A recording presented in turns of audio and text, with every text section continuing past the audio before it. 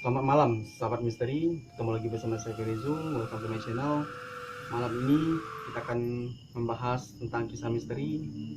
Di sini saya tidak sendirian, saya ditemani oleh teman saya, seorang yang memiliki kemampuan lebih dibandingkan orang biasanya. Pada tema kali ini kita akan membahas tentang santet. Apa itu santet? Jenis-jenis santet dan ciri-ciri orang yang terkena santet. Oke, kita langsung saja. Selamat malam Kim. Oke. Bagaimana pandangan Anda tentang santet? Apa itu santet?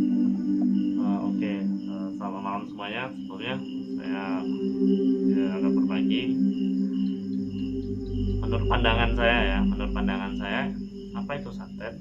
Santet itu adalah sesuatu ilmu, bisa dikatakan ada ilmu hitam yang digunakan untuk mencelakakan orang lain. Dengan tujuan bisa jadi balas dendam, bisa ada keinginan atau keiri hatian seseorang untuk menjatuhkan seseorang. Dan santet ini biasanya dipakai dan digunakan untuk menghancurkan seseorang, baik itu dari keluarga, diri dia sendiri, ataupun usaha yang dijalanin. Jadi sebenarnya santet ini udah lama dipakai, udah lama itu dikenal oleh orang-orang. Itu udah dari zaman dulu, zaman mungkin bisa dikatakan sebelum kenal yang namanya agama atau apapun, mereka udah bisa menggunakan ilmu santet. Jadi ilmu santet ini lebih identik dikatakan digunakan menggunakan makhluk-makhluk itu yang tidak kasat mata, misalnya makhluk-makhluk jahat, makhluk-makhluk yang memang mempunyai karakteristik yang sama dengan orang yang menyuruh, misalnya seperti itu. Jadi santet ini kalau untuk zaman sekarang itu udah banyak sih sebenarnya, bukan cuma dulu, sekarang pun udah banyak mereka yang pakai ilmu santet. Sedikit kalau misalkan mereka nggak suka dengan seseorang, mereka udah menggunakan ilmu hitam ya. Kalau ingin melihat usaha orang itu maju, mereka langsung mencari seseorang untuk menjatuhkan, supaya usaha yang orang itu jalanin roboh atau enggak tutup. Berarti santet ini lebih ke arah negatif ya? Ya, santet ini lebih dikatakan lebih ke arah negatif, karena santet ini bertujuan untuk menjatuhkan seseorang atau mencelakai seseorang. Santet itu ada berapa jenis? Kalau jenis-jenis santet sebenarnya banyak ya. Kalau sepengetahuan saya, santet itu ada yang santet menggunakan boneka, yang biasa di negara lain itu disebut voodoo, boneka voodoo. Ada yang menggunakan santet menggunakan jarum, ada santet yang menggunakan air, ya, cairan dalam bentuk cairan. Ada jenisnya yang menggunakan santet itu menggunakan tanah kuburan. Nah, ada juga yang lainnya mungkin saya nggak tahu ya, di luar di beberapa kota atau di beberapa daerah ada jenis-jenis santet yang tertentu yang mungkin setiap daerah itu berbeda-beda ya. Kalau yang saya tahu, karena saya juga di Bangka ya, jadi lebih kenalnya santet-santet itu yang seperti saya sebutkan tadi. Itu jenis-jenis santetnya seperti itu. Kalau dikatakan lebih parah ya, dari beberapa jenis santet yang saya sebutkan tadi, yang lebih parah itu ada lagi. Kalau orang Bangka manggilnya itu santet bujang bubuyur atau dayang bubuyur. Saya pernah dengar itu. Jadi santet itu bertujuan untuk mencelakai seseorang itu supaya orang itu sakit perlahan-lahan, sedikit diobati sembuh, terus kumat lagi, diobatin lagi, kumat lagi, sampai orang itu benar-benar dalam kondisi sekarat, benar-benar kalau bisa orang itu meninggal dunia. Nah, tujuannya adalah untuk seperti itu. Berarti itu seperti menyiksa perlahan ya? Ya, bukan menyiksa, dikatakan itu membunuh secara perlahan. Sedikit demi sedikit. Ya, membunuh secara perlahan untuk menyiksa. Dan orang yang melakukan ini adalah orang yang memiliki dendam, kesumat, atau keiri hatian atau kedengkian terhadap orang yang dituju, atau sebagai pembalas dendam tadi ya, balas dendam tadi. Nah, biasanya orang-orang yang sebagai korban itu tidak tahu karena apa dia itu disantet atau sakit biasa. Ada nggak ciri-ciri fisik, misalnya seseorang itu bisa dikatakan terkena santet itu ada ciri-cirinya nggak? Atau gejala-gejalanya seperti apa? Kalau gejala-gejala kayak gitu, ada beberapa orang yang mendapatinya berbeda-beda ya. Ada yang dimulai dari misalnya tidak bisa tidur malam-malam, gitu kan, sering terbangun karena mimpi-mimpi aneh, mimpinya itu kayak mimpi makhluk halus, mimpi ketemu dikejar-kejar oleh setan, mimpi ketemu binatang buas atau mimpi dikejar binatang buas. Nah, salah satunya seperti itu. Terus bangun di jam-jam tertentu, misalnya bangun di pertengahan atau di seperempat malam, atau juga bisa mau menjelang subuh, misalnya seperti itu. Terus ada juga yang mengalami emosional, seperti mudah emosi, sensitif, gitu kan. Nah, orang-orang yang kena santet juga, dia juga bisa melihat makhluk gaib juga. Karena kalau jika santet itu udah lama, biasanya orang itu akan jadi lebih sensitif. Kalau santet ini bisa, kalau untuk secara keseluruhan gitu kan, kalau pengaruhnya bukan cuma di satu orang aja, bisa juga di dalam satu keluarga. Misalkan yang di dalam rumah itu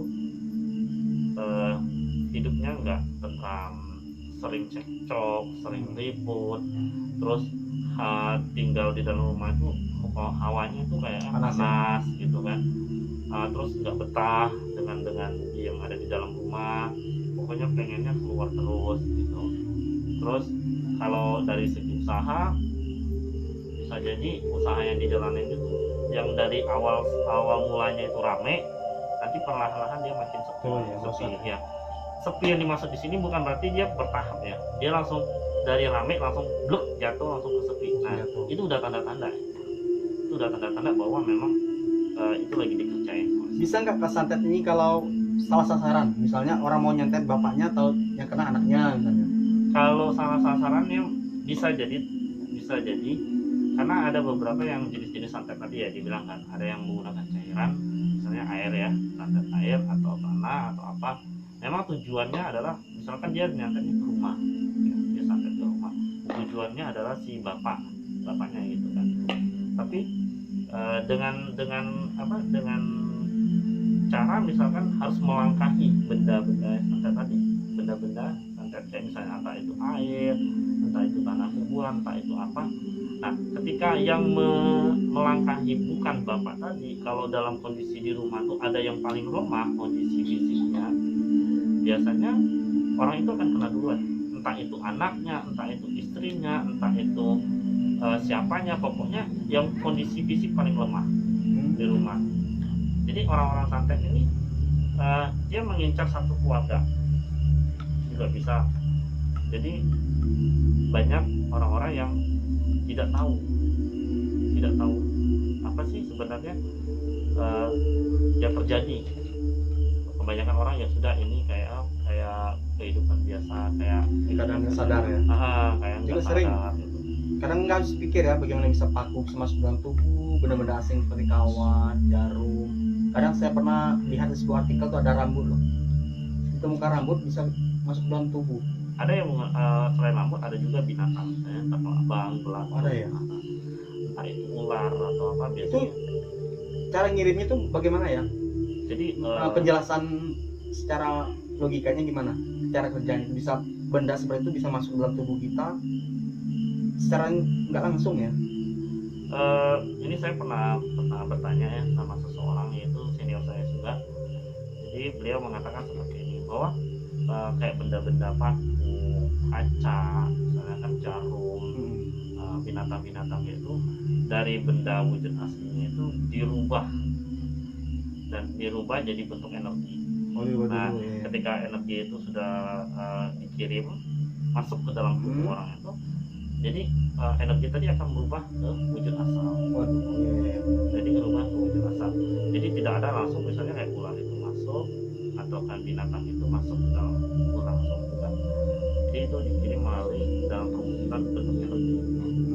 Nah, ini saya mendapat ini dari senior saya. Berarti ini perantaranya dukun ya, atau orang yang belajar ilmu? Tidak semua. Tidak semua ya, tidak. Saya tidak membahas bahwa ini murni dilakukan oleh orang-orang pintar, tapi bisa juga dilakukan oleh pribadi. Ya, yang dimaksud dengan pribadi itu seperti ini. Ketika dia tidak mau misalkan melibatkan diri, ataukah dia takut misalnya ke dukun minta pertolongan misalnya untuk melakukan apa kayak kayak santet ini, dia bisa pergi ke misalnya kayak tempat-tempat keramat atau tempat-tempat yang dianggap angker atau di mistis itu, lalu membuat sebuah perjanjian misalnya seperti ini. Saya mau si A itu celaka, jadi akan ada pembuat perjanjian di situ. Misalnya ketika memang kalau orang ini celaka atau apapun, saya akan kasih korban. Tumbal gitu ya. Ya, bisa dijadikan tumbal gitu, atau sesajen atau pokoknya sesuatu yang diserahkan misalnya gitu. Timbal balik. Jadi kalau misalkan orang itu tidak mau melibatkan orang lain, dia juga bisa melibatkan di sini. Jadi di sini tidak murni dilakukan oleh orang lain. Oke. Santet itu berpengaruh besar dalam kehidupan seseorang.